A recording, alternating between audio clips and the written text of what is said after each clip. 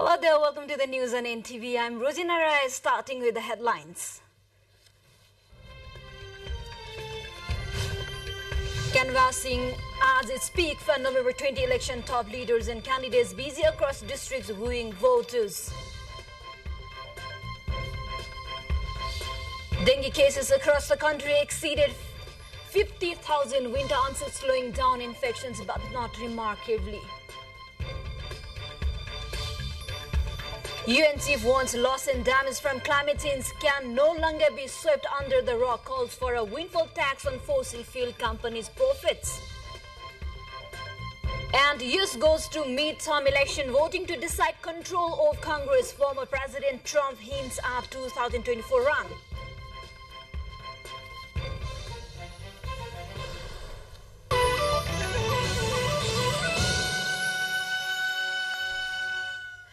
Welcome back. Now we have the news in detail. As election-related activities are at its peak across the country, electoral candidates, including the top-rung leaders, are reaching the doorsteps of voters in their respective electoral constituencies. The election to the House of Representatives and Provincial Assembly members are just 11 days away, while political parties and candidates are busy in campaigns to woo the voters. The Election Commission too is racing against time to complete all tasks before November 20. The task of ferrying ballot papers and other election logistics to the districts and running voters' education program are being done simultaneously. Mock voting are being organized at various local levels to educate the voters on how to vote and to reduce the number of invalid votes. The number of dengue patients in Nepal now has exceeded 50,000. It was expected that the infection will decrease with the onset of winter, but the infection remains as health hazard till now. However, the cases which had increased alarmingly with the onset of rainfall has now slowed down with the beginning of winter season. The infection was intense so much that there were reports of the detection of above 5,000 dengue cases in a single week when the infection was at its peak. A total of 17,017 dengue cases was reported in October, followed by 27,029 in September. Along with this, the total number of dengue patients in the country has reached 50,263. Meanwhile, 55 deaths related to the dengue infection reported so far. Currently, the dengue outbreak that started last July has spread to all 77 districts. We have more updates at the side. A short break. Stay tuned.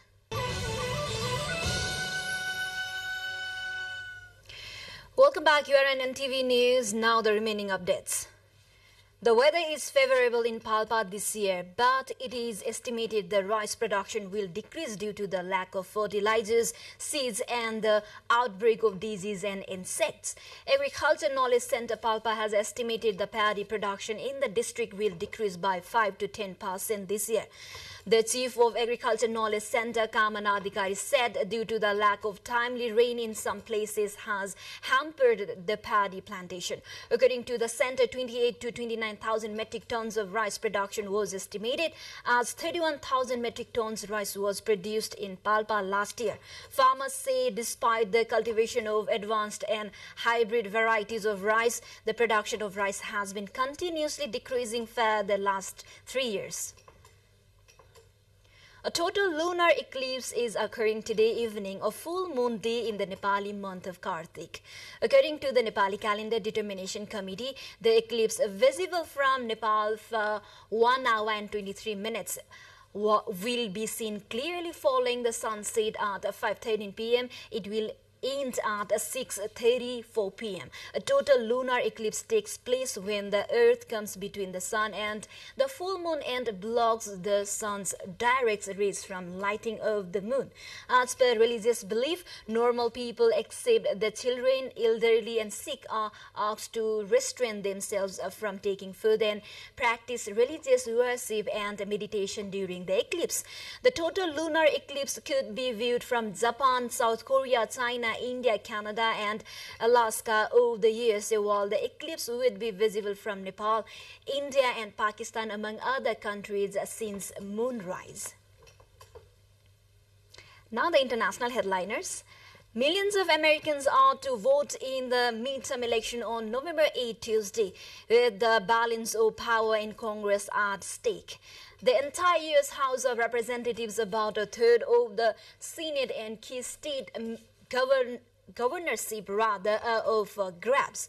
President Joe Biden, a Democrat, and ex-President Donald Trump, a Republican, made their closing arguments in dueling rallies.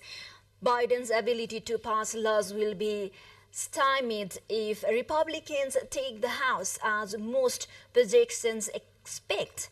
Democrats currently control the White House and by razor-thin margins both chambers of Congress. Meanwhile, Donald Trump grabbed the election eve spotlight on Monday to flag an expected announcement on a new White House run. As America vote in midterms that polls so could land Congress back under Republican control. The former Republican president, who has never accepted the truth of his 2020 loss, ratcheted over the hints that he would be entering the fray for 2024. We have more international headliners on the side. Do stay tuned. Welcome back. Thank you for staying with us. Now the remaining international headliners.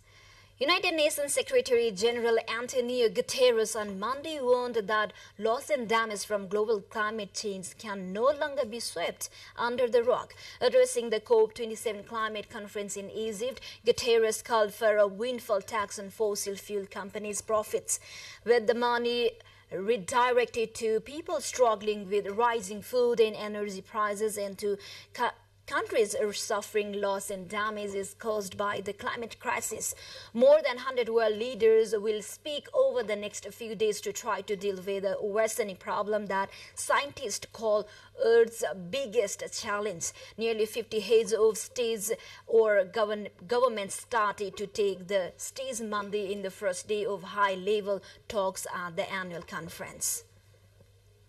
Workers on Monday were rebuilding the roads leading to the fuel depot that was blocked for months after a powerful gang leader announced he was lifting the blockade.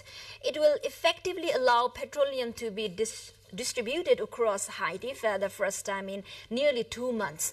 The move is expected to ease a spiraling crisis that began when the G9 gang federation that Thierry Gier leads seized control of the area surrounding a fuel depot in the capital of Port-au-Prince on September 12 to demand the resignation of Prime Minister Ariel Henry.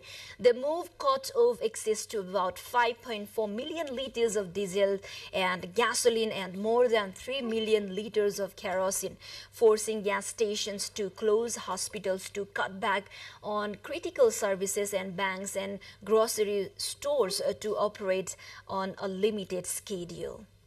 To more updates before that, let's have a quick look into the highlights of the site.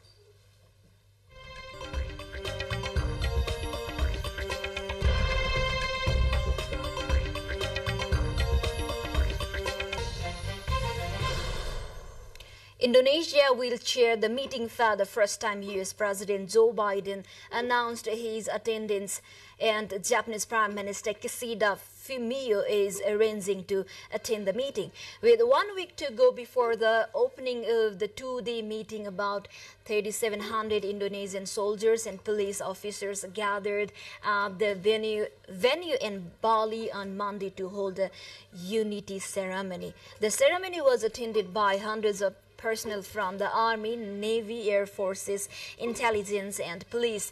General Andika Perkasa told the journalist there that 18,030 personnel in total would be on patrol during the conference in Denpasar.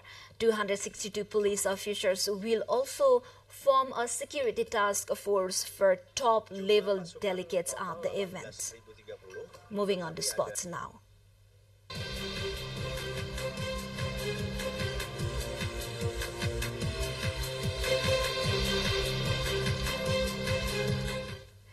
France's Caroline Garcia won the biggest title of her career on Monday by defeating Arina Sabalenka 7-6, 6-4 to win the WTA finals in Fort Worth, Texas.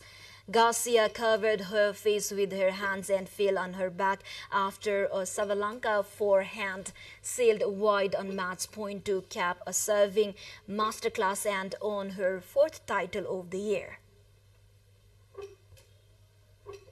Seven-time Formula One champion Lewis Hamilton became a Brazilian driver on Monday. The Mercedes driver received at Brazil's Congress in front of hundreds of Rockers fans a certificate of honorary citizen of the South American nation, which will host its Grand Prix this weekend. Hamilton has many fans in Brazil due to his F1 racing and his respect for three-time world champion and local hero Ayrton Senna, who died in an accident at Imola, Italy in 1994. 37-year-old Hamilton has struggled with Mercedes this season, which so far has given him 0 wins. He is currently in 5th position in the Drivers' Championship with 216 points and only 2 races to go. We are almost at the end of this news bulletin, but before we say goodbye, quick reminders of the headlines.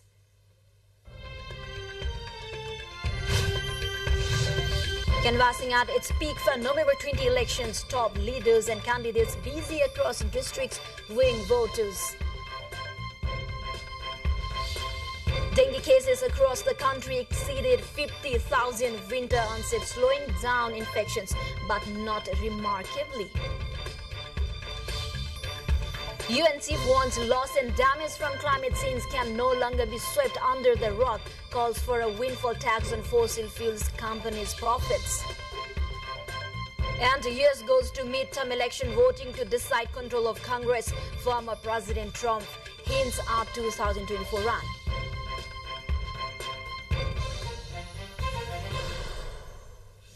This is all we have for this moment. Until our next bulletin, goodbye and namaste.